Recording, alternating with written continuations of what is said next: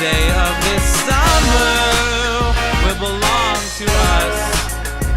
Dad's leaky pockets, your cash into our trust.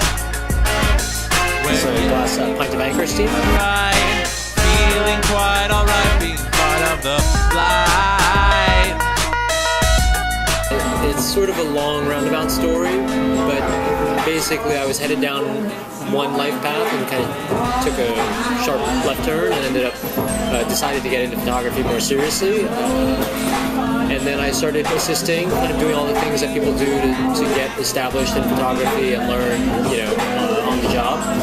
And then at a certain point I moved out to Paris to assist sort of right after 9/11. So it was a time where there weren't a lot of jobs in general in New York, and so it seemed like a good time if I wanted to try something different, a good time to go out there and try that. So I ended up working with a guy, his name is Giacomo Bretzel, who is an amazing photographer, Italian guy who does a lot of like lifestyle, travel, beauty, food, just like a real wide range of stuff. And I worked with him for about 2 years, a year and 3/4, and we traveled a lot. Obviously there's a lot to see in Paris, and but all throughout Europe.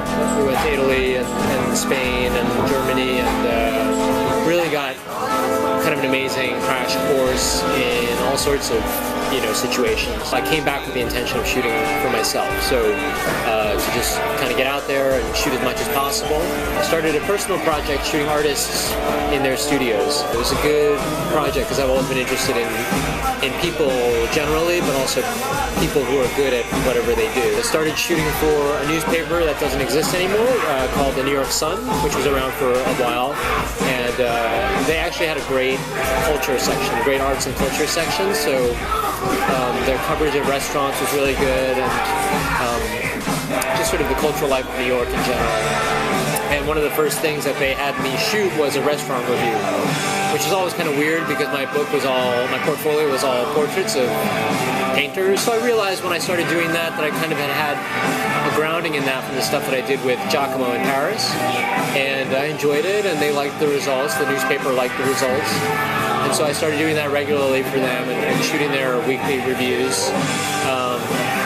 And then that kind of, branched out into other food stories, home cooking stories, all that sort of food world related stuff.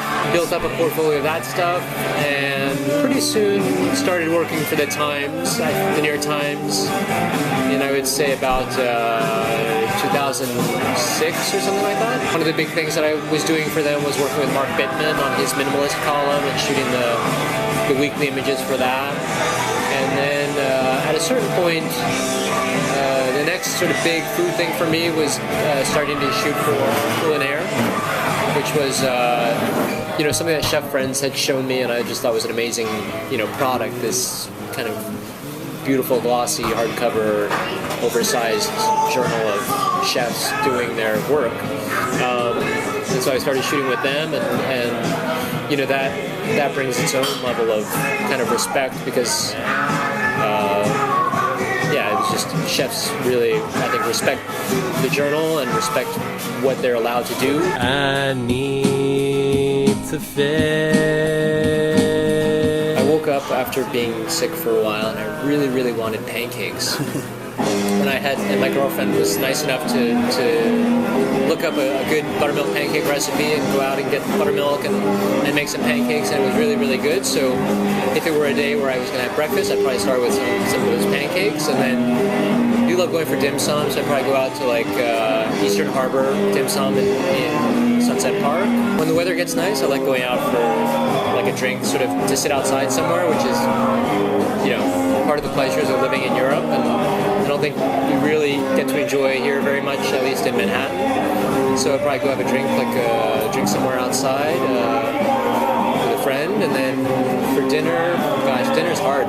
Lately I've been thinking a lot about going back to Roberta's, so I guess I would maybe go back to Roberta's. I'm a really bad regular. There are very few places that I return to so often. It's very much by mood and what I feel like at any given time, so ask me again in like an hour and I might be a completely different answer. Like I was saying, Giacomo was very diverse in the things that he covered, and I've definitely embraced that. I mean, I think food is definitely 80% of what I do, but I do really enjoy the ability to go into other worlds that maybe don't have anything to do with food. I think it's the human condition to sort of get bored a little bit with anything, and so it's nice to have something like a palate cleanser, a refresher to just take you out of what you're used to seeing and have a completely different experience. And then I know after Fashion Week rolls around, I'm super happy to get back into shooting restaurants again and getting back in touch. I mean, I think certain restaurants and food are definitely something that I'm more viscerally connected to. But I think as a photographer, one of the huge advantages is you get to enter into other worlds with your camera. You really get to talk to people who, like chefs who know their stuff, or artists, or designers, or whatever. And so for me, that's the big pleasure. Just saw that movie Jiro Dreams of Sushi, and I think any artist, any person who does put their sort of inner creativity on the line has to respect just the dedication of trying to get better and better and better, even though sometimes you still have a way to go, or you're stuck in a certain place. Like, just the dedication to keep pushing through. What a fun! Travel definitely inspires me. I love traveling. I think that's definitely my time in Paris was kind of transformative in the way that I live my life. My friends inspire me. I think definitely the people I know, a lot of sort of talented and wonderful people, so they certainly inspire me.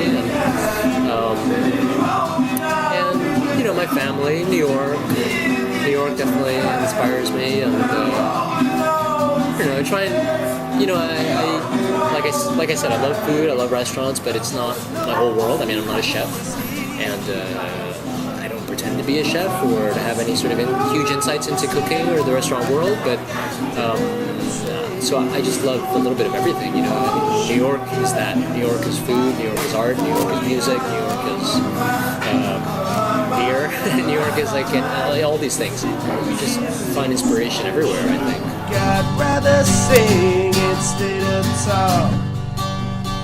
Let's get something straight, figure it